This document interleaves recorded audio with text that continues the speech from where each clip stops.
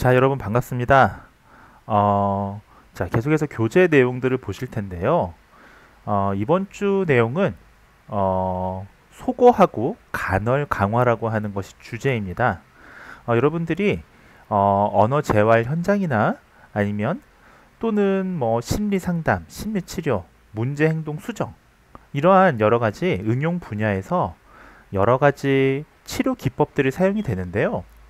여러분들 행동을 수정하는 가장 강력한 방법은 지난 시간에 배웠던 정적 강화였습니다. 또는 조건 강화였어요. 근데 이와 함께 여러분들이 현장에서 굉장히 많이 사용되는 것이 있습니다. 바로 소거라는 거고요. 또는 간헐 강화라는 게 있습니다. 그래서 여러분들 이번 시간에는 소거와 간헐 강화에 대해서 좀 이론적으로 살펴보도록 하시겠습니다. 우리가 지난 시간에 말씀드리기 전에 오늘 수업의 개요를 좀 간단히 말씀을 드릴게요. 이 책은 이제 외국에서 쓴 책을 우리나라에서 번역한 거잖아요. 그래서 3장부터 이제 치료 기법들이 들어가 있는데 계속해서 보면 구성이 유사합니다. 그래서 오늘 5장 소거에 대해서 먼저 말씀을 드리자면요. 소거는 행동을 감소시키기 위한 방법입니다. 이렇게 부제가 참 적절하게 달려 있습니다. 자, 그래서 오늘 말씀드릴 건 소거의 정의, 그리고 소거를 효과적으로 사용하는 데 있어서 영향을 주는 요인들이 있습니다. 이러한 요인들에 대해서도 좀 말씀을 드릴 거고요. 그 다음에 소거를 효과적으로 사용하기 위한 지침, 이른바 가이드라인에 대해서도 말씀드리겠습니다. 거듭 말씀을 드리지만 이 책을 쓰신 저자분께서 각 챕터당 구성을 정의, 요인, 가이드라인 이런 식으로 구성을 해놨어요. 그러니까 아마 이런 개요들은 앞으로 굉장히 유사할 겁니다. 자, 그 다음에 6장에서는 여러분들 간헐 강화라고 해서 이것도 굉장히 중요합니다. 이 간헐 강화부터는 조금 이론적으로 어려워요. 여러분들이 지난 챕터에서 배우셨던 조건 강화하고 유사한데 이 조건 강화, 간헐 강화는 이 조건을 어떻게 사용할 것인가에 대한 how, 어떻게 사용할 것인가에 대한 것이었어요. 우리가 조건 강화 지난 시간에 what, 무엇인지에 대해서 배웠고요. 이번 시간에는 간헐 강화라는 파트를 통해서 그렇다면 우리가 행동을 지속적으로 발달시키는 가장 좋은 방법이 간헐 강화인데 이것을 어떻게 사용해야 될지에 대한 유형을 배우게 되겠습니다. 여러분이 이 간헐 강화라는 파트를 배우시게 되면 실제 임상에서 강화 스케줄이라는 것을 우리가 짤 수가 있습니다. 여러분들 언어 치료 어떻게 생각하세요? 언어 치료는 매직 마술이 아니잖아요. 예, 언어 치료는 기술입니다. 스킬, 테크닉이에요. 언어 치료라는 게 우리가 또 눈에 보이는 현상을 치료하는 거긴 합니다만 뭐 근육이나 이런 자세처럼 어떤 정형화된 것들이 아니기 때문에 상당히 좀 추상적이죠, 여러분들. 아마 실습이나 관찰하고 있는 학생들이라면 제 의미를 잘 알 겁니다. 자, 근데 언어 치료 어떻게 보면 또 단순해요. 언어 치료를 하는 프로세스는 단순합니다, 여러분들. 어떻게 하냐면 우리가 자극 해주고요, 반응, 결과. 이게 우리가 이른바 우리가 고전적 조건에서 배웠던 심리학의 이론이었잖아요. 이것을 우리가 언어 치료의 어떤 기본 이론으로 적용하는데 그래서 우리가 반응을 하고 나서 결과를 어떻게 해줄 것인가가 언어 치료의 핵심이에요, 여러분들. 예를 들면 우리가 이 반응 이후의 결과에서 잘했으면 강화를 해주면 되고요. 못했으면 피드백을 해주면 됩니다. 이게 바로 언어 치료입니다. 그래서 강화라고 하는 게 굉장히 중요합니다. 최근에 보면 언어 치료 실습 관련된 교재들이 굉장히 시중에 많이 나와 있는데요. 그 교재들도 보시면 그 언어 치료의 보고서 작성 양식에 보면 강화라는 부분들 구체적으로 쓰게 되어 있는 부분들이 많거든요.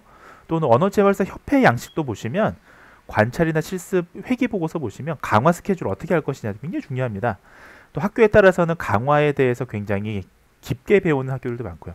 그러니까 강화를 어떻게 할 것이냐는 언어에 대한 내용이든 아니면 올바른 행동이든 그것을 지속적으로 발달시키는 데 있어서 강력한 힘을 가집니다. 그래서 여러분들 이 간헐 강화 저와 함께 재밌게 오늘 학습을 좀 관심 있게 보셨으면 좋겠습니다. 자, 지난 시간 복습을 좀 간단히 하고 들어가겠습니다. 지난 시간 뭐 배우셨나요? 기억나시나요? 기억 안 나시면 곤란하죠? 자, 정적 강화에 대해서 배웠습니다. 여러분들, 파스티브라는 표현 우리가 지난 시간에 뭐라고 말씀드렸습니까? 네, 영어로 파스티브는 정적이라는 표현도 있는데요. 영어에서 파스티브는 뭔가 추가된다는 의미예요. 뭔가 더해진다는 의미도 있습니다. 사실은. 자, 그래서 우리가 정적이라는 표현이 이 문제행동 언어 재활에 사용되면 다 뭔가가 추가되는 거예요. 자, 그러면 정적 강화는 뭘까요? 파스티브 레인포스먼트. 레인포스먼트 강화가 추가되는 겁니다. 그러니까 무언가를 제시하는 게 되겠죠. 제공하는 게 되겠죠. 그래서 왜 이 말씀을 계속 드리냐면 나중에 부적 강화를 헷갈리지 말라고 말씀을 드리는 거예요. 자, 정적 강화물은 어떤 행동 뒤에 제시돼서 행동의 발생 빈도를 증가시키는 자극이에요. 자, 우리가 발생 빈도를 증가시키기 위해서 사용합니다. 근데 어떻게 하느냐? 행동 뒤에 바로 제시되면 무언가가 보상 같은 것들이 제시되면 어떻습니까? 발생 빈도가 증가되면 그건 정적 강화물인 거예요. 자, 반대로 부적 강화물은 뭐냐? 자, 네거티브라는 표현을 쓰면 마이너스예요. 그래서 어떤 이 사람이 싫어하는 행동을 없애주는 것도 일종의 이 사람한테 좋은 거잖아요. 그래서 이 사람이 싫어하는 행동을 점점 줄여주는 것을 우리가 부적 강화물이라고 합니다. 그래서 네거티브가 쓰이면 여러분들 부적이라는 표현이 쓰이면 마이너스 빼주는 거다. 제가 왜 이 말씀을 드리냐면 나중에 처벌하고 헷갈려요, 여러분들. 자, 정적 강화, 부적 강화, 벌 이런 헷갈립니다. 여러분들 부적 강화라고 하면 뭔가 이렇게 벌이라고 생각하는데 벌 아니에요.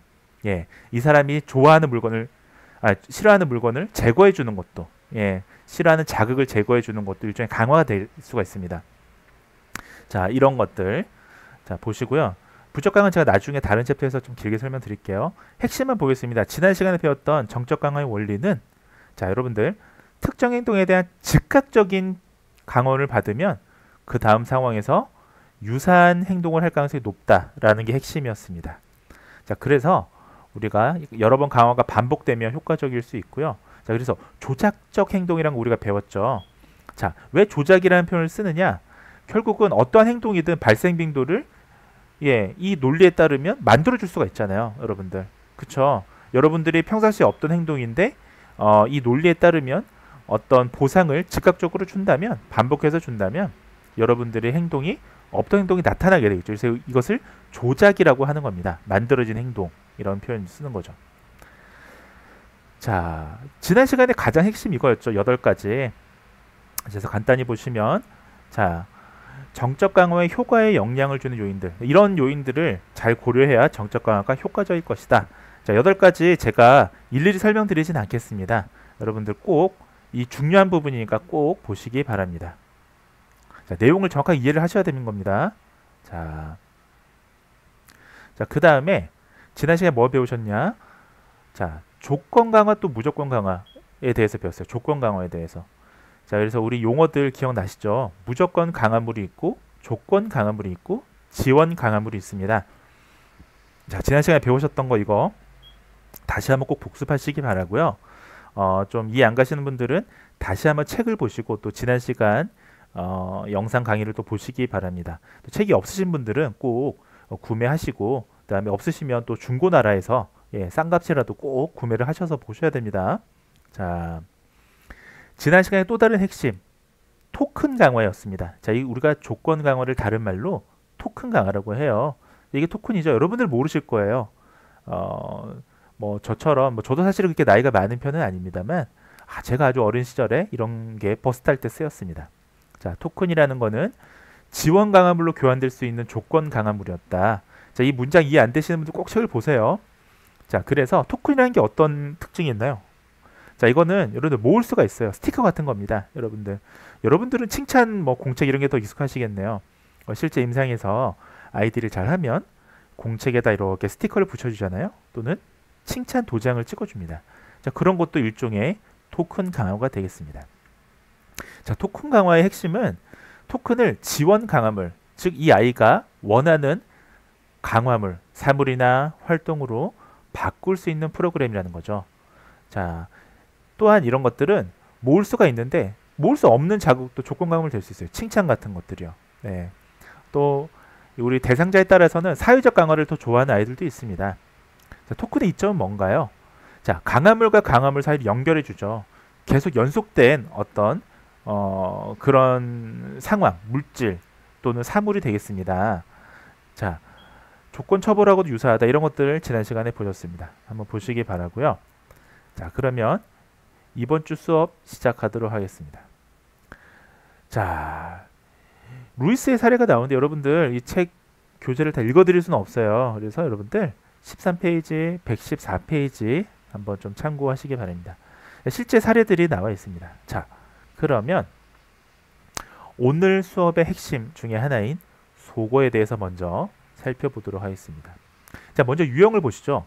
속어는 두 가지가 있습니다. 자, 하나는 조작적 속어고요. 또 다른 하나는 반응적 속어입니다. 자, 원리부터 좀 말씀을 드릴게요. 자, 도대체 속어가 뭐냐? 자, 개인이 전에 받았던 반응을 표출했어요. 자, 이전에 우리가 배웠던 조건 강화나 또는 정적 강화처럼 어떤 행동을 했는데 그때마다 강화를 받았습니다. 즉, 여러분들이 예를 들면 제때 출석을 하면 제가 뭐 사탕을 하나씩 줬어요. 일종의 강화죠. 정적 강화였는데, 자, 또 조건 강화였는데 강화물이 더 이상 뒤따르지 않으면 어떻게 될까요? 네, 맞습니다. 다음에 유사한 상황에서 그 행동은 더 적게 나타날 거예요. 자, 행동의 빈도가 줄어든다는 거죠. 우리가 지난 시간에 포화라는 거 배우셨잖아요. 자, 마찬가지입니다. 포화가 아니더라도 강화물이 더 이상 이제 뒤따르지 않는다면 유사한 상황에서 그 행동을 적게 하게 됩니다. 그래서 정적 강화로 행동의 빈도가 증가했는데 강화를 완전히 중지하면요, 반응의 빈도도 줄어들게 돼 있습니다. 자, 루이스 사례를 보시면 여러분들 어땠습니까? 처음에 두통의 증상을 막 표현했어요. 아, 머리 아파했더니 주변 사람들이 관심을 가져줬죠. 자, 이거는 뭡니까? 이 사람이 두통이라는 게, 통증 행동이 결국은 사람들의 관심이라는 게 강화가 돼버린 거예요. 그것이 의도하지 않았던 강화가 되었습니다. 그래서 통증 행동을 높은 빈도로 유지하는데 정적 강화물로 작용했을 가능성이 높죠. 자, 이런 것들 이제 서서히 관심이 줄어들면 소고가 되는 것입니다. 자, 여러 번 시도해도 더 이상 보상을 받지 못해요. 자, 여러분들 어떻게 하시겠습니까? 자, 이것이 완전히 동기화가 되면 그 행동은 뭐 더 이상 보상이 없어도 그 행동을 하게 됩니다. 예를 들면 여러분들 동기화라는 건 뭐 여러분 다이어트 같은 거 있잖아요. 내가 너무 예뻐지는 게 목표예요. 그래서 열심히 해서 예뻐졌어요. 그러면 더 이상 보상이 없더라도 여러분들은 계속 그 체중을 유지하실 겁니다. 근데 그런 게 아니라 일종의 행동에서는 보상을 받지 못하고 중단이 되면 행동이 감소되는 것이 일반적입니다. 자, 속어는 행동 감소의 단일 원인이 아니라 여러 가능한 원인 중에 하나예요. 그래서 여러분들 행동이 감소됐는데 반드시 이것은 속어 때문이다라고 단정 짓는 건 좀 곤란합니다. 자, 표나 이런 것들 좀 참고하시기 바라고요. 자, 반응 대가 처벌이라는 게 있습니다. 이 용어 우리가 좀 알아셔야 되는데요. 자, 욕하는 행동의 수반에서 아동의 용돈을 삭감하는 거, 이런 것들을 우리가 반응에 대해서 대가 처벌을 한다라는 표현을 쓰기도 합니다. 자, 근데요, 차이점이 있습니다. 자, 이거 알아두셔야 돼요. 반응 대가 처벌과 속어의 차이가 뭐냐? 속어는 표출된 행동의 강화가 더 이상 제공되지 않는 것에 대한 결과예요. 자, 여러분들 주던 것을 끊는 거 하고요. 여러분들이 뭔가 나쁜 행동을 했을 때 벌을 주는 거 하고 같을까요? 다른 겁니다. 속어의 핵심은 주던 보상을 감소한다. 주던 보상을 더 이상 제공하지 않는다라는 게 핵심입니다. 여러분들. 따라서 반응 대가 처벌과 속어의 차이점 우리가 반드시 아셔야 될 것 같습니다. 자, 이 처벌에 대해서 나중에 다른 챕터에서 좀 다룰게요. 자, 속어의 효과에 영향을 주는 여러 가지 요인들이 있습니다. 여러분들 8가지, 이 책의 저자가 8가지 아니에요. 이건 좀 더 많을 거예요. 8가지구나. 자, 여러분들 이 책의 저자가 8이라는 숫자를 좀 좋아하나 봐요. 중국 사람들 8 좋아하잖아요. 자, 속어에 영향을 주는 자, 효과에 영향을 주는 첫 번째 요인은 뭐냐? 감소시켜야 되는 행동에 대한 강화물의 통제입니다. 일단 다 보시고 제가 하나씩 자세히 설명을 드릴게요. 자, 두 번째는 행동의 속어와 자, 대안 행동에 대한 정적 강화의 결합입니다. 여러분들 대안 행동 자, 익숙하세요? 대안 학교. 예, 그 대안 학교 할 때 대안 같은 용어예요. 영어로는 alternative. 예, 대안이라고 합니다. 자, 여러분들 이 책 복습하고 하니까 어때요? 예습하고 하면 어려운 게 뭐가 제일 어렵나요? 용어가 어렵죠. 평소에 여러분들이 쓰던 용어가 아니잖아요. 자, 그러니까 그런 것들은 자, 적극적으로 네이버도 한번 검색해 보시고 찾아보는 그게 필요합니다. 자, 대안이라는 거는 어떤 행동에 대신해서 하는 행동이에요. 자, 예를 들면 여러분들 제가 예를 한번 들어볼게요. 흡연자들한테 금연을 시켜요. 담배를 갑자기 끊기 어렵잖아요. 이때 대안으로 자, 사탕을 줬습니다. 그러면 흡연 대신에 담배 대신에 사탕을 입에 물린다 할 때 이 사탕은 대안, 다른 어떤 방법이 되겠죠. 자, 그런 행동입니다. 이런 게 결합되면 훨씬 효과적이다라는 건데 나중에 말씀드릴게요. 자, 세 번째는 속어가 이루어지는 장면이에요. 자, 이것은 우리가 여러분들이 나중에 부모님들하고 상담할 때 의외로 좀 유용하게 쓸 수가 있습니다. 속어는 어떠한 장면에서는 잘 안 될 수도 있고요. 어떠한 상황에 따라서 굉장히 효과적일 수도 있어요. 이런 것들 말씀을 좀 뒤에서 자세하게 드리겠습니다. 자, 네 번째는 지시예요. 지식. 여러분 지시라는 말이 굉장히 좀 부정적 영감을 들 것 같은데 규칙입니다. 이 책이 번역되다 보니까 좀 이런 용어가 있어요. 자, 규칙을 이용하는 거예요. 자, 이 규칙만 잘 습득한다면 속어에 굉장히 효과적입니다. 장애우들 같은 경우에 특히 발달 장애우들은 지능이 저하되어 있는 경우에 규칙을 아주 단순하게 간단하게 설명을 해줘야 돼요. 자, 이거 뒤에서 좀 설명을 드릴게요. 자, 그 다음에 연속 강화에 대해서도 이 챕터에서 배우시겠습니다. 자, 연속 강화라는 거는 특정 반응이 나타나는 모든 경우에 강화가 주어지는 계획이에요. 자, 앞에서 좀 우리가 배우셨는데 여기에 대한 것도 뒤에서 좀 자세히 다른 챕터에서도 좀 다루실 겁니다. 자, 연속 강화 후에는 속어가 더 빨리 이루어져요. 자, 이것은 우리가 지난 시간에 배웠던 포화라든지 결핍에 대해서 조금 이해하신다면 쉽게 이해할 수 있습니다. 이 뒤에서 좀 자세히 설명을 드리겠습니다. 자, 여섯 번째는 좋아지기 전에 악화되는 속어 행동이 있습니다. 여러분들 어떤 행동이 딱 완성되기 전에 완성 직전에 우리 강화물이 끊기게 되면 여러분들 약간의 속어 행동이 생겨요. 자, 그거에 대해서도 좀 뒤에 설명드릴게요. 이건 자연스러운 겁니다. 그래서 6번 같은 경우는 왜 갑자기 속어 행동이 나타나지라고 우리 임상가들이 의심할 필요 없이 자연스럽게 나타나는 행동이니까 뒤에서 좀 자세히 말씀드릴게요. 자, 7번은 프로그램을 방해하는 이른바 속어할 때 생성되는 공격성이에요. 여러분들 특히 우리가 자폐아동, 자폐범주성 장애 아동을 우리가 치료하다 보면 속어할 때 생성되는 공격성이 발견되는 경우가 굉장히 많습니다. 자, 이거에 대해서 좀 설명을 드리겠습니다. 자, 그리고 이 속어가 참 어려운 게요. 행동을 만드는 게 이처럼 어렵습니다. 자, 지연 후에 또 어느샌가 다시 나타나는 속어된 행동이 없어진 줄 알았는데 이 행동이 다시 나타날 수가 있습니다. 여기에 대해서도 우리가 뒤에서 좀 살펴보도록 하겠습니다. 자, 지금 우리 뭐 하고 있는 건가요? 이게 또 동영상 강의로 듣다 보면 여러분들 좀 맹하게 듣다 보면 뭐 하고 있는지 그 순간순간에 집중하는데 전체적인 맥락을 놓치는 경우가 많습니다. 여러분들 이 수업을 이해하려면 전체적인 맥락을 이해하셔야 돼요. 지금 뭐 하고 있죠? 속어를 효과적으로 사용할 수 있는 또는 속어의 효과에 영향을 주는 그런 요인들에 대해서 8가지를 설명하고 있는 겁니다. 자, 앞서 살펴보셨던 8가지를 지금 자세하게 하나씩 살펴보도록 하겠습니다. 첫 번째는 감소시켜야 하는 행동에 대한 강화물의 통제였어요. 자, 사례를 하나 보실게요. 원하는 게 있을 때마다 칭얼칭얼거리는 행동을 보이는 자, 4살짜리 여자아이, 수지란 아이가 있다고 합니다. 자, 가정해 볼게요. 이런 아이 우리 주변에 많이 볼 수 있죠. 자, 엄마는 행동을 없애고자 이를 무시했습니다. 자, 칭얼거릴 때마다 가장 좋은 방법 중에 하나는 무시하는 거예요. 어머님들이 이런 거 잘 하십니다. 자, 문제는 뭐냐 하면 갑자기 아이의 아빠가 집에 돌아왔어요. 그러더니 상황이 변하기 시작한 거예요. 자, 뭐냐? 아버지가 반응한 거죠. 칭얼칭얼하고 있으니까 우리 수지 왜 울어? 하면서 아버지가 와서 안아줬어요. 자, 이 상황 어떻습니까? 자, 강함을 완벽하게 통제했어야 이 행동이 감소됐을 겁니다. 즉, 무시라는 방법을 택했으면 모든 주변의 상황들이 무시를 해야 되는 상황인 거예요. 그래야 아이가 칭얼거리는 행동이 없어질 텐데, 문제는 아버지가 반응함으로써, 아버지는 그냥 잘 모르니까 반응했겠죠.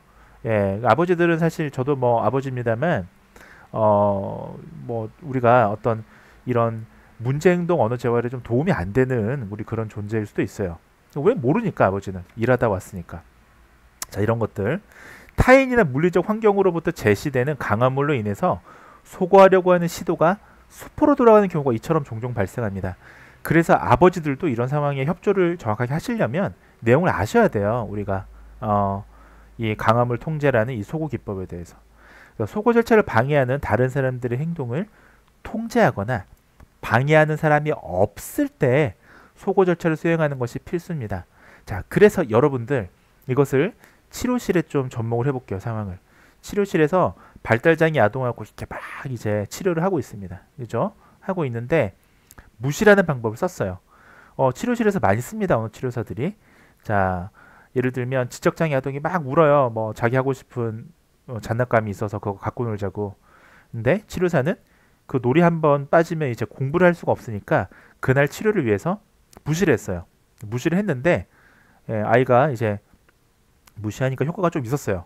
자, 그 행동이 막 난리치는 행동이 소고가 되려고 하는 찰나에 갑자기 어머님이 들어와서 애를 달랜다든지 또는 주변 선생님이 지나가다가 재밌는 거 갖고 노네 말 한마디 관심 이것이 그 치료사의 소고라는 무시라는 그런 소고 기법을 우리가 방해하는 요인이 될 수가 있어요. 그래서 이런 것들을 철저하게 협조를 받아야 됩니다. 주변 사람들한테. 치료실에서도 마찬가지예요. 주변 치료사한테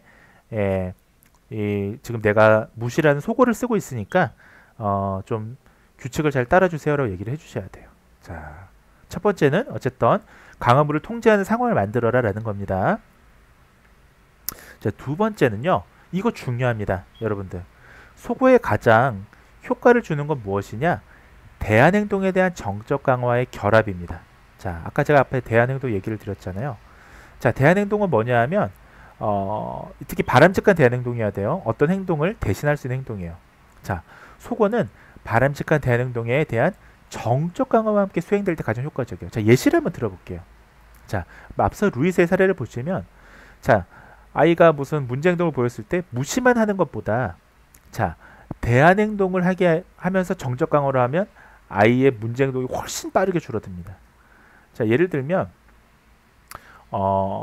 대안 행동으로 뭐 운동하기라든지 너 막 징징대지 말고 징징댈 때 무시하는 거예요. 근데 얘가 갑자기 운동을 한다든지 공부를 한다든지 하면 강화를 해주는 겁니다. 우리 루이스 참 잘하네.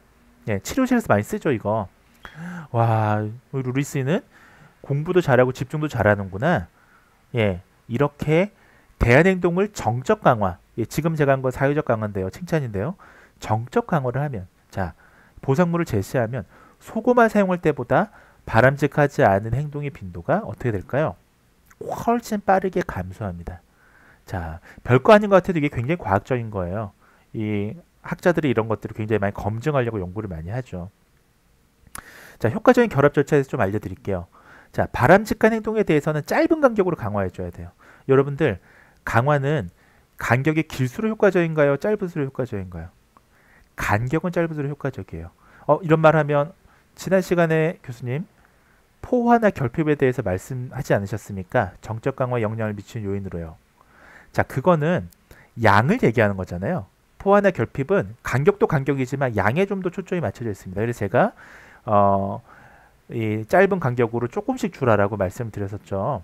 자, 사실 간격이 짧게 강화하면 조금 더 효과적이에요. 사실은. 자, 그 즉시 제공하면 더 효과적입니다. 사실은.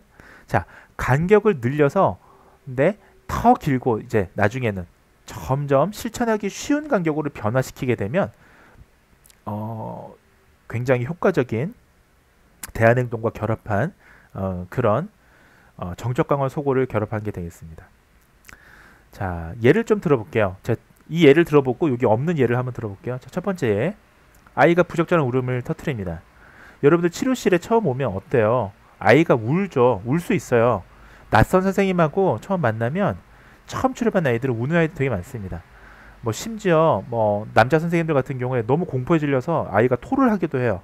예, 겁에 질린 거죠. 와, 뭐 저렇게 무서운 선생님이 있나. 자, 아이가 부적절한 울음을 막 해요. 그럼 어떻게 합니까? 울음을 그치고 10초간 조용히 놀 때까지 무시하는 겁니다. 자, 소고의 가장 핵심 중에 하나는 무시해요. 자, 그 다음에 10초가 지나면 칭찬으로 강화하는 겁니다. 와, 뭐 영희야, 영희는 잘 참네. 참 대단해. 칭찬해 주는 겁니다. 그 다음에 15초. 간격을 점점 늘리죠. 자, 25초, 1분 늘리게 되면 아이는 더 이상 선생님을 봐도 울지 않고 이제 같이 공부할 수 있는 거죠. 자, 바람직한 행동에 대한 요구 수준을 점진적으로 늘리는 게 매우 중요합니다. 자, 왜냐하면 바람직하지 않은 행동이 다시 나타날 가능성이 있죠. 여러분들 만약에 15초, 25초, 1분 이렇게 늘리지 않으면 어떻게 될까요? 나중에 아이가 다시 울을 수가 있죠. 울음을, 부적절한 울음을 보일 수가 있죠. 자, 이런 것들이 대안 행동이에요. 자, 또는 우리 다음 챕터에서 좀 더 대안 행동에 대해서 말씀드릴 텐데, 우리 치료사분들 보시면 너무 공격성이 강한 아이가 왔어요. 아이가 예를 들면 손에 침을 묻혀서 치료사 선생님이 뺨을 예쁘게 쓰다듬 하고 있습니다. 예, 생각만 해도 끔찍하시죠. 자, 그런 상황 어떻게 해야 될까요? 대안 행동을 만들어주면 돼요. 예, 일단 무시해야 돼요. 침을 치덕치덕 바르더라도. 그래서 저 치료사의 덕목 중에 하나는 인내심입니다. 여러분들 인내심을 가지고 저덕치덕 바르도 무시하다가 그 다음에는 다른 행동을 대안해주면 훨씬 효과적이에요. 뭐가 있느냐? 자, 얼굴에 침을 바르면서 악수를 같이 할 수 있나요? 못하죠. 그러니까 침을 바르려고 하면 악수를 해버리는 거예요. 예, 자, 이렇게 흔들어주면 아이는 더 이상 얼굴에 침을 바르지 않을 겁니다.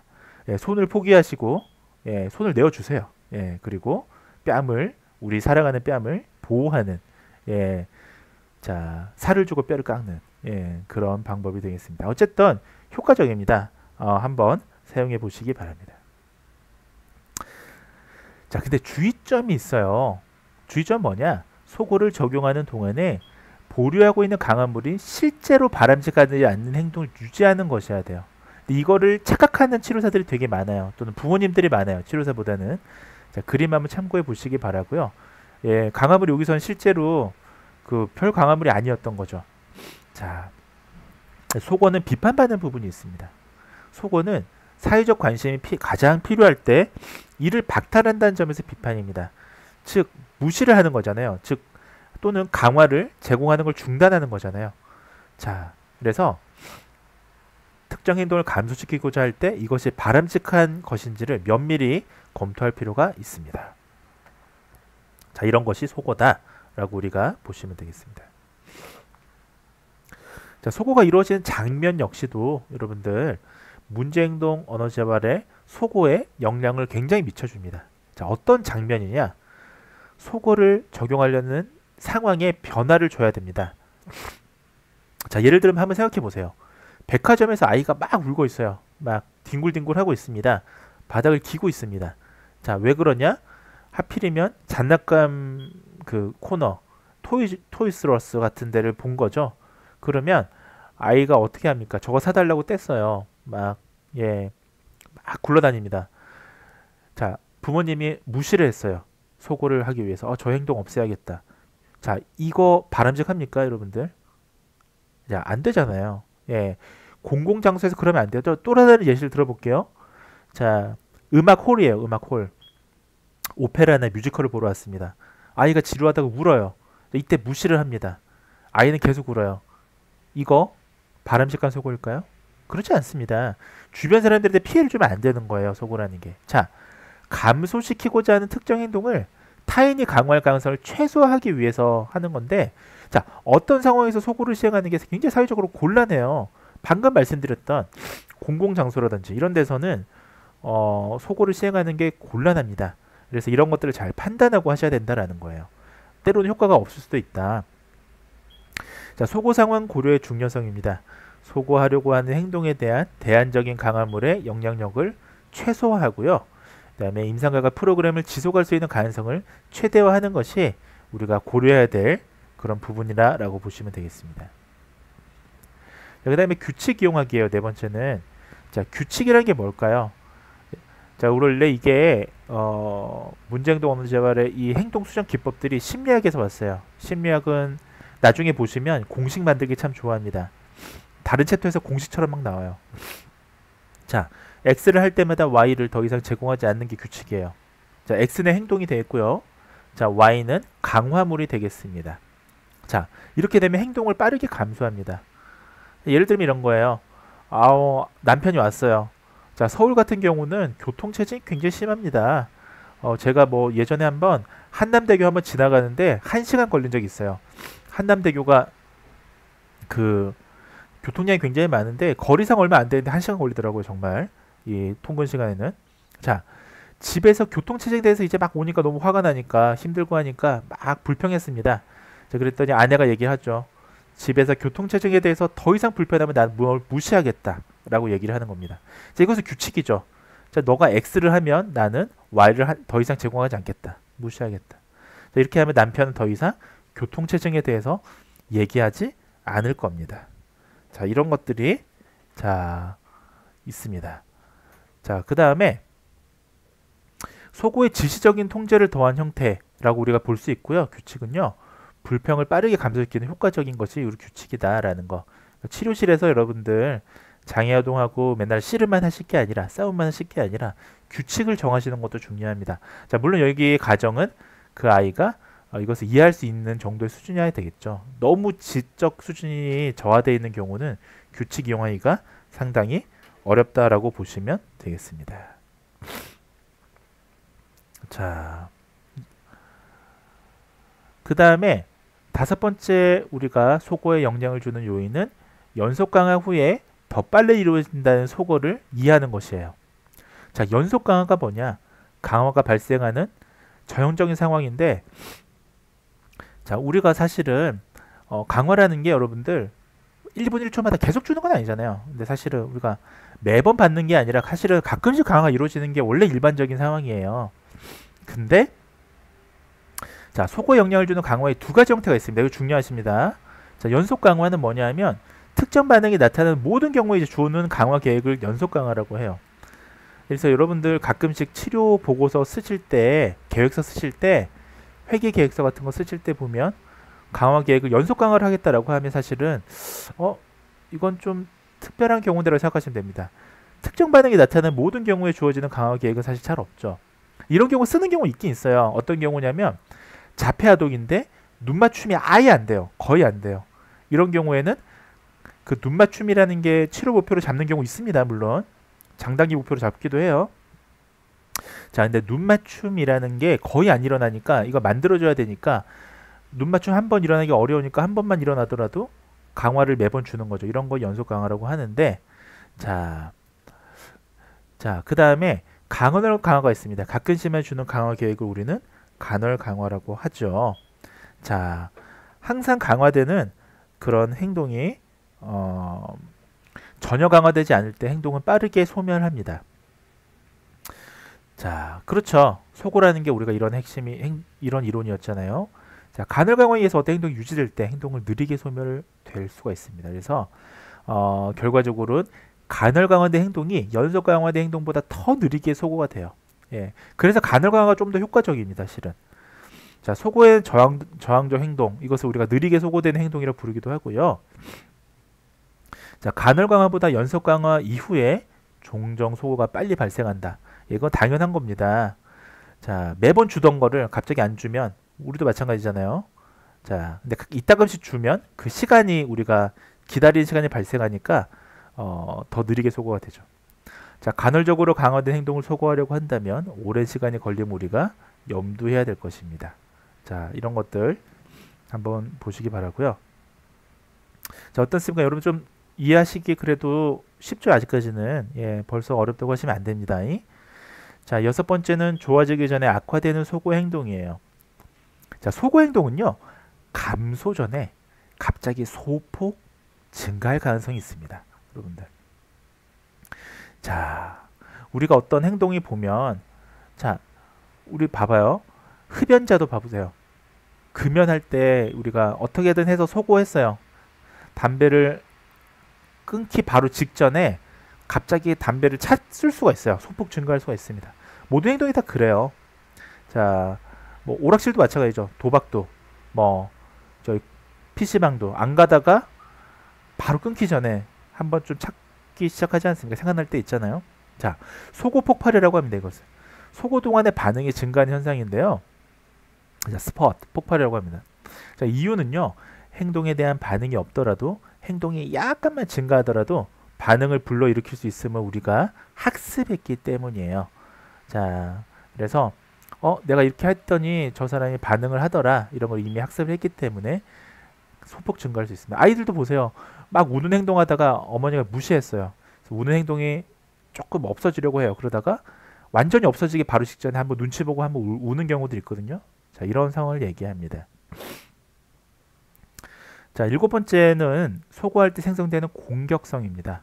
공격성은 정말 소고에 영향을 미치는 악영향을 미치는 요인 중에 하나죠.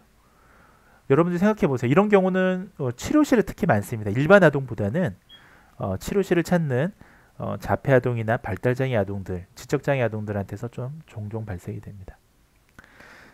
자, 우리가 소고 과정에서 가장 어려운 게 뭐냐라고 하나를 꼽는다면 제 생각엔 공격성이에요. 소고 과정에서 대상자의 공격성이 등장할 가능성이 높습니다. 예를 들면 자해행동 같은 게 있습니다. 자, 자해행동에 대한 소고 연구는 오래전부터 있어 왔는데요. 자, 99년도 연구를 보시면 자해행동의 소고 절차만 시행한 경우에는 50%는 공격성이 관찰되더라. 상당히 많죠. 예, 즉 자해행동을 단순히 무시만 한다면 공격성이 나타나는 거예요. 자, 그래서 사실은 다른 방법을 쓰는 게 효과적이죠. 자, 소고가 대안적인 바람직한 행동에 대한 정적 강화를 포함하는 경우에 공격성 현저히 감소하더라.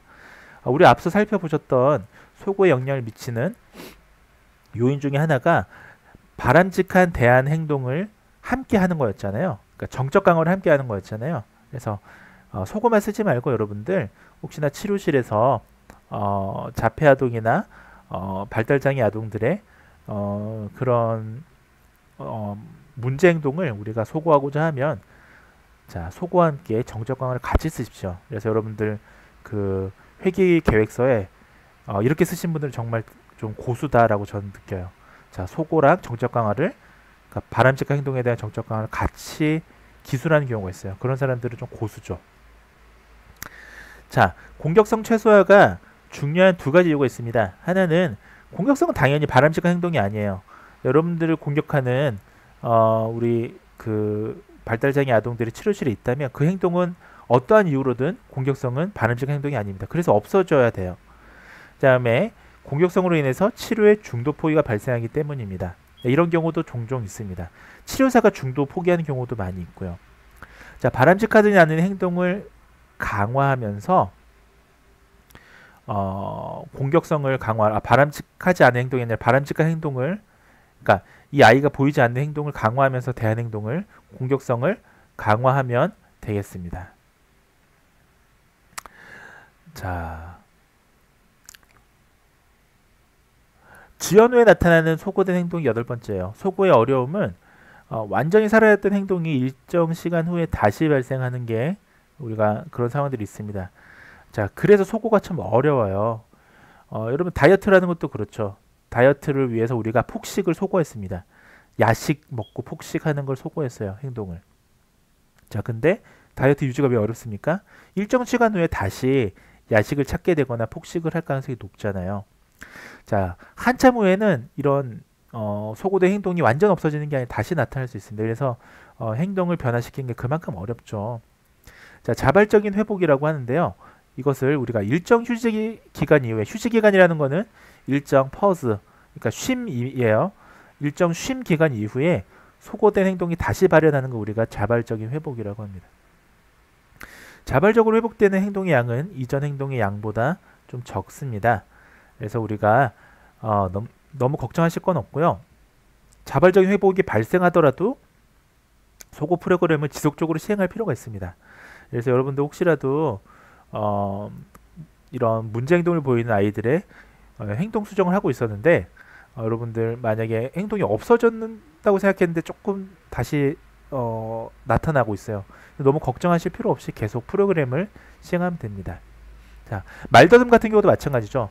행동은 아니지만 말더듬 같은 경우에도 완전히 말더듬이 없어진 줄 알았지만 다시 재발하는 경우 되게 많거든요. 하지만 이전보다는 적을 거예요. 그러니까 이런 경우에 계속 프로그램을 시행하시면 되겠습니다. 자, 그래서 우리 이 장을 핵심 요약을 하면요. 자, 특정 행동이 자주 일어나기를 원할 경우에는 강화를 하면 되고요. 자, 특정 행동이 자주 일어나지 않기를 원할 경우에는 무시를 해라 라는 게 핵심이죠. 그래서 강화는 우리가 정적 강화를 배웠고요. 자, 우리 무시는 지금 속어의 핵심 기술이 되겠습니다. 자, 이것이 우리가 이번 시간에 배웠던 속어의 아주 단편적인 요약이 되겠습니다. 속어의 함정이 있습니다, 여러분들. 이건 125페이지, 126페이지 좀 참고를 해주시기 바랍니다. 제가 이 슬라이드에서 안 다룬다고 해서 중요하지 않은 건 아니에요, 여러분들. 제가 미처 다 지금 내용들을 담을 수가 없기 때문입니다.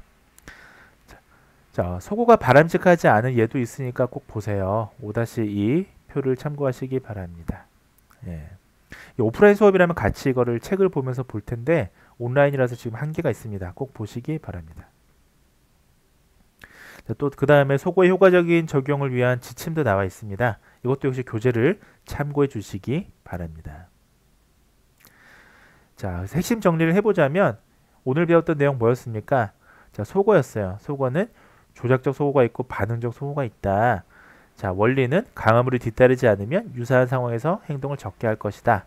자, 이것이 속어의 원리다라는 거 이번 시간에 배우셨죠? 자, 여러 번 행동을 시행해도 보상을 받지 못하면 행동을 감수하는 거. 이것이 속어고 반응 대가 처벌하고는 좀 다르다라는 거. 예, 차이점을 아시기 바랍니다. 자, 그 다음에 오늘 배웠던 핵심 속어의 효과에 영향을 주는 8가지 요인들 배우셨죠? 자, 이와 같은 것들 다시 한번 꼭 책을 통해서 복습하시기 바랍니다. 자, 여기까지가 속어에 대한 내용이 되겠습니다. 자, 6장은 간헐 강화예요. 자, 간헐 강화는 행동의 지속성을 발달시키기 위한 상황에서 많이 사용이 됩니다. 자, 간헐 강화. 간헐적으로 강화를 한다는 의미가 될 텐데요. 자세한 내용은 좀 뒤에서 살펴보도록 하겠습니다. 자, 우리가 행동을 때로는 지속적으로 발달을 시키기 위해서 사용하는 방법 중 하나가 간헐 강화인데 사례를 한번 보실게요. 자, 133페이지부터 134페이지에 장이라고 하는 프랑스 사람이네요. 예, 장이라고 하는 아이의 학업 능력을 높이기 위한 사례가 나와 있습니다. 한번 참고 삼아 보시기 바랍니다. 여기서 우리가 같이 볼 수가 없잖아요. 온라인에서는. 자, 간헐 강화에 대해서 정의를 해드리겠습니다. 자, 간헐 강화가 뭐냐? 행동이 발생할 때마다 강화하는 게 아니에요. 자, 간헐적으로 강화하는 계획을 우리는 간헐 강화라고 합니다. 자, 간헐적, 이따금씩, sometime, 이따금씩 강화하는 그런 schedule, 예, 계획을 얘기합니다. 그래서 강화 계획이라는 건 어떤 행동이 발생할 때 어떻게 강화할 것인가에 대한 구체적인 규칙이에요. 자, 규칙이 있어야 돼요. 여러분들, 그래서 우리가 언어치료 회기 계획 썼을 때 강화라고 하는 부분이 굉장히 강조된 이유가 이 구체적인 규칙이 있어야 되는 겁니다. 자, 5장을 참고해 보셨으면 우리가 이미 배웠습니다만 연속 강화, 특정 반응이 발생할 때마다 강화하는 경우가 있었잖아요. 자, 이거는 반응이라는 걸 우리가 구체적으로 규칙을 정해놔야 그 행동이 발생할 때마다 강화하죠. 예를 들면 눈 맞춤이 있을 때마다 강화를 해준다라는 거, 규칙이 있어야겠죠. 자, 우리가 또 속어에 대해서 5장에서 배웠어요. 연속 강화의 반대 개념이죠. 계속 강화해 주던 걸 이제는 아예 한 번도 안 해주면, 예, 행동이 전혀 강화되지 않으면 어떻습니까? 행동이 점차 매우 낮은 수준으로 감소하거나 사라지게 됩니다. 자, 이것을 우리가 이전 챕터에서 배우셨는데요. 간헐 강화는 뭔가요? 강화 계획과 속어 사이의 개념이에요. 자, 자연적인 상황에서는 실은 생각해 보세요, 여러분들. 행동이 발생될 때마다 강화가 주어진 상황 거의 없죠. 자, 자를 때마다 즉시 주머니에서 꺼내서 뭘 주는 경우는 잘 없습니다. 때때로 강화라는 거는 우리가 자연스러운 상황에서는 이따금씩 생겨요. 여러분들이 잘할 때 뭘 한 번씩 이렇게 칭찬을 해주지 매번 보면서 볼 때마다 칭찬해주지 않잖아요. 그래서 적용 유형에 따른 적합한 강화 계획이 필요합니다. 그래서 우리가 스케줄을 어떻게 짤 것이냐라는 게 상당히 중요합니다. 거기에 대해서 좀 더 이론적으로 배우는 챕터가 되겠습니다. 자, 우리 그 전에 행동의 수립 단계부터 다시 한번 생각해 보시죠. 행동이라는 거는 습득 단계가 있고 유지 단계가 있습니다. 자, 어렵게 생각할 거 없이 습득 단계는 학습되는 단계예요. 행동이 조건화되고 학습되는 동안에 그것을 우리가 습득 단계라고 합니다. 행동이 갑자기 빵 나올 수 없으니까 조건화하고 학습하고 이렇게 단계를 거치게 되죠. 자, 그 다음에 유지 단계라는 게 있습니다. 학습이 잘 이루어진 이후의 단계를 우리가 유지 단계라고 해요. 자, 이제 어떤 행동을 만들어 놨으면 그 다음부터는 유지를 시키는 게 중요하잖아요. 자, 이렇게 행동은 두 가지 단계를 거치게 되어 있습니다. 자, 그래서 일반적으로 습득 단계에서는 연속 강화를 제공해요. 여러분도 어떤 행동을 만들 때는 강화를 아주 이 폭을 좁혀서라도 계속 해줘야 돼요. 하지만 어떤 행동이 이제부터는 유지되는 단계에서는 간헐 강화라는 걸로 변경을 하셔야 효과적입니다. 그러니까 이 행동이 이제 꾸준히 유지될 때는 되기 위해서는 이따금씩 강화를 해주셔야 되는 거예요. 자, 연속 강화에 비해서 간헐 강화 계획이 효과적인 4가지 장점. 왜 그러면 간헐 강화가 더 효과적이냐, 왜 변경해 줘야 되느냐에 대해서 지금부터 좀 설명을 드리겠습니다. 자, 우리 포화에 대해서 배우셨잖아요. 자, 정적 강화할 때 포화에 대해서 배우셨죠. 제가 친절하게 좀 달아놨습니다. 자, 포화는 강화물에 대한 실증이에요. 더 이상 이제 강화물이 원하지 않는 거. 여러분들 배부른데 배가 부르니까 더 이상 음식이 먹고 싶지 않을 때 이것을 포화라고 합니다. 연속 강화에 비해서 간헐 강화는 포화가 더 느려요. 그래서 강화물의 효과가 더 오래 유지될 수가 있습니다. 자, 그 다음에 소고에 걸리는 시간이 더 깁니다. 자, 간헐 강화는 소고를 포화 때문에 우리가 더 천천히 소고할 수가 있죠. 개인은 간헐 강화 계획에서 행동을 더 꾸준히 합니다. 여러분들이 매번 할 때보다 강화를 이따금씩 줄 때 행동을 더 꾸준히 유지할 수가 있어요. 이거는 없어지는 기간이, 소고에 걸리는 기간이 더 길기 때문에. 자, 소고에 걸리는 기간이 길다는 건 행동이 더 오래 유지된다는 의미입니다. 오해하지 마세요. 그 다음에 4번째는 실생활 강화물로 대치되었을 때 더 잘 유지돼요. 자, 여러분들 실생활 강화물이라는 거는 연속 강화는 사실은 실생활에서 일반적인 상황에서 사실 잘 없는 거예요. 일반적인 실생활에서는 이따금씩 칭찬을 받고 우리가 이따금씩 뭐 용돈을 받거나 포상을 받잖아요. 자, 그때 더 잘 유지가 됩니다. 자, 4가지 장점 꼭 아시기 바라고요. 자, 8가지 유형의 간헐 강화 계획이 있습니다. 자, 여기서부터 내용이 조금 어려워요, 여러분들. 그래서 이거는 제가 시간이 지금 많이 남지 않아서 이게 시간이 이 리밋이 있거든요. 제한 시간이 있거든요. 그래서 제한 시간까지 찍고 나서 그 다음 시간에 다시 한번 요 간헐 강화에 대해서 다시 복습 차원에서 좀 자세히 다루도록 하겠습니다. 자, 지금 계속 진행을 할 겁니다. 자, 8가지 유형의 간헐 강화 계획이 있습니다. 자, 근데 이게 왜 8가지냐? 자, 여기서부터 무조건 외우셔야 돼요, 여러분들. 좀 용어도 어렵고 그래요. 그러니까 외우셔야 돼요. 자, 4가지가 비율 강화, 단순 간격 강화, 제한 시간이 있는 간격 강화, 지속 기간 강화, 이 4가지인데 이것이 고정 강화가 있고 변동 강화가 있어요. 자, 이거에 따라서 8가지가 되는 거예요. 그러니까 비율 강화가 고정 강화, 비율 강화, 변동 강화 있고요. 단순 간격 강화, 고정 강화가 있고 단순 간격 강화, 변동 강화가 있어요. 이런 식으로 8개가 있는 거예요. 자, 8개에 대해서 지금부터 좀 살펴보시도록 하겠습니다. 자, 먼저 그 전에 자, 자유 조작 절차가 있고 비연속 개별 시도 절차라는 게 있습니다. 자, 자유 조작 절차가 뭐냐 하면 우리가 행동 수정을 할 때 개인이 자유롭게 반복해서 반응할 수 있는 절차를 얘기해요. 그러니까 어떤 이런 반응에 대해서는 반복에 대한 반응에 대해서는 개인이 그 자유를 가지고 있는 것을 우리가 자유조작 절차라고 합니다. 자, 예를 들면 여러분들 시험을 푸는데 예를 들면 여러분들 국시 나중에 이제 볼 텐데 수능 시험도 마찬가지고 수능 시험은 자유조작 절차죠. 자, 왜냐? 내가 1번부터 문제 안 풀어도 되잖아요. 모르는 어려운 문제가 있으면 뛰어넘고 그 다음 문제를 풀어도 문제가 될 게 없죠. 자, 근데 비연속 개별 시도 절차라는 게 있어요. 이건 뭐냐 하면 하나의 자극이 제시되고 반응을 한 후에 강화가 뒤따르는 겁니다. 자, 하나씩 순서가 있는 거예요. 자, 다음 반응은 또 다른 자극이 제시되기 전까지 발생하지 않는 거.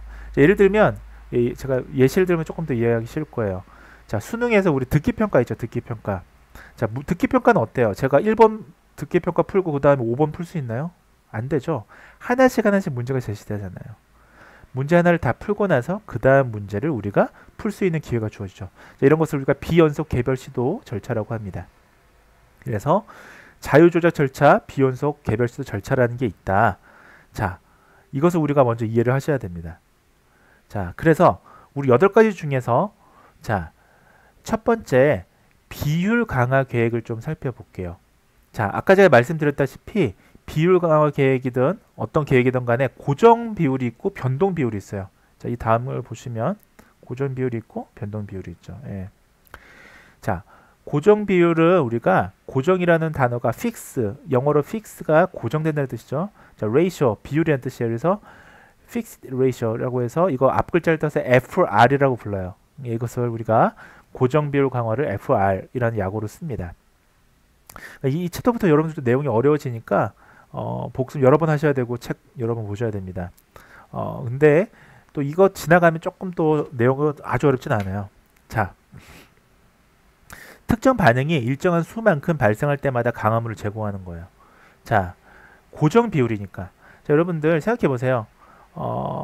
반응의 여기는 이제 반응의 비율 강화 계획은 반응의 일정한 수만큼 발생했을 때 비율을 보는 거예요. 자, 예를 들면 표기법을 보시면 문제를 2개 풀 때마다 강화물을 제공해요. 자, 이것을 우리가 표기할 때는 FR이 예, 고정 비율 강화 계획이라는 거 약자였죠. 그래서 FR2라고 합니다. 이렇게 표시합니다. 자, 생각해 보세요. 여러분들이 언어 치료를 하고 있어. 언어 치료를 장애아동이랑 같이 하고 있는데 예를 들면 문제 풀이하는 시간이에요. 장애아동이랑. 근데 강화물을 내가 언제 주겠다라는 걸 미리 계획을 합니다. 규칙적으로. 자, 이 아이가 2개씩 풀 때마다 칭찬을 해줘야지 라고 생각을 해요. 자, 이때 우리가 이 방법을 고정 비율 강화 계획이라고 합니다. 자, 강화 계획은 단계적으로 증가해야 돼요. 매번 2개만 하는 게 아니라 자, 예를 들면 FR2, 즉 2문제 풀 때마다 칭찬해주고, 칭찬이라고 할게요. 강화물을 FR4, 4개 풀 때마다 칭찬해주고, FR6, 6개 할 때마다 칭찬해주고, 이런 식으로 증가를 시켜줘야 돼요. 그래야 행동이 늘겠죠. 공부하는 게. 자, 근데 처음부터 FR20 하면 안 돼요. 왜 안 되냐? 너무 처음부터 행동이 크면, 이게 너무 크면 고정 비율 강화가 계획이 너무 크면 행동이 안 나타납니다. 이른바 소거가 되죠. 여러분 생각해 보세요. 여러분들이 수학을 못해요. 자, 못한다고 가정해 볼게요. 여러분 고3 때 만약에 수학 선생님이 여러분들 2문제 풀 때마다 맞추면 칭찬해주고 4문제 풀면 칭찬해주고 6문제 풀면 칭찬해주고 하면 여러분들이 나중에 8문제, 10문제도 풀 수 있지만 처음부터 20문제 풀면 칭찬해줘야지 라고 강화를 계획을 짠다면 그래서 여러분들이 수포자가 되기도 하고 하잖아요. 예, 너무 크면 행동이 소거됩니다. 여러분들이 치료하는 장애 아동들도 마찬가지예요. 너무 목표를 크게 잡으면 그 아이들이 따라올 수가 없습니다. 자, 이것을 우리가 좀 어려운 말로 비율 긴장이라고 합니다. 지금 다 중요한 거예요. 체크를 꼭 하시기 바랍니다. 너무 빠르게 FR 강화 계획을 증가시키면 반응이 나빠져요. 그러니까 앞서 보셨던 것처럼 처음부터 너무 크면 또는 너무 빠르게 증가시키면 자, 2문제 풀 때마다 칭찬해주고 그 다음에 4문제가 아니라 2문제 풀 때마다 칭찬, 20문제 풀 때마다 칭찬, 100문제 풀 때마다 칭찬 이러면 예, 비율 긴장이 발생을 하는 겁니다. FR 강화 계획에서는 소거에 대한 저항이 굉장히 큽니다. 그러니까 소거에 대한 저항이 크다. 무슨 말이겠어요? 예, 그만큼 행동이 한번 형성되면 잘 안 없어진다라는 거예요. 자, 그래서 FR 강화 계획이 굉장히 효과적이죠. 일상생활에서 FR의 예시를 볼게요. 인센티브 우리가 FR이 예시가 되겠습니다. 인센티브 여러분들 왜 FR이냐 봐보세요. 여러분들 치료사들 치료할 때 어느 치료사들 예를 들면 특히 수도권에서 그렇게 많이 하는데 월급제이면서 인센티브제예요. 그러니까 예를 들면 20회기까지는 봉급을 예를 들면 200만 원을 받는다라고 하면 18회기를 해도 200을 받고 15회기를 해도 200을 받고 20회기를 해도 200을 받죠. 근데 20회기가 넘어가면 한 회기당 예를 들면 2만 원씩 더 준다. 이게 인센티브잖아요. 자, 보세요. 20회기부터는 F2, 그러니까 2회기가 더 증가하면 인센티브를 준다. 이런 것들. 이게 바로 고정 비율 강화 계획이죠. 그러니까 비율을 고정시켜 놓고 그 반응이 일정한 수보다 더 늘면 인센티브를 주는 거예요. 성과급제도 마찬가지입니다, 여러분들. 이런 것들이 우리가 일반적으로 우리 주변에서 살펴볼 수 있는 FR, 이른바 고정 비율 강화 계획이 되겠습니다. 자, 그 다음에 변동 비율 강화 계획이 있어요. 자, 이번 시간에 변동 비율 강화 계획까지 좀 말씀을 드리려고 하는데, 자, 이거는 비율을 강화시킨다라는 거는 동일해요. 자, 비율이라는 거는 우리가 비율이라고 하는 게 너무 어렵게 생각하지 마시고 특정한 수만큼 일어난 후에 강화를 주면 다 이 책에서는 비율이라는 표현을 씁니다, 여러분들. 자, 그러니까 비율은 횟수라고 생각하세요. 횟수. 오케이? 자, 횟수를 variable 변동시킨다, 변화시킨다. 그래서 VR이라고 합니다. 예. 자, 비율을 변화시킨다. 자, 어떤 반응이 특정한 수만큼 일어난 후에 강화를 제공하는 것을 우리가 변동 비율 강화 계획이라고 합니다. 자, 근데 강화를 받기 위해 요구되는 반응의 수가 예기치 않게 변하는 거예요. 이 변하는 건 평균값을 중심으로 변하는 거예요. 그러니까 우리가 비율 강화 계획이라는 것 자체가 수만큼 일어난 후에 강화 제공되면 비율 강화인데 이 비율이 변동되는 거예요. 예를 들면 앞에서는 우리가 2번마다, 4번마다, 6문제마다 이런 식으로 간격이 고정돼 있었어요. 근데 그게 아니라 횟수가 여기서는 횟수가 계속 변하는 거예요. 평균값을 중심으로. 자, 예를 들면 좀 여러분들 좀 이해가 쉬울 거예요. 영업 성과급제 한번 생각해 보세요. 자, 월 평균 30개를 방문 판매하고 나면 추가 판매당 22만 원씩 추가한다.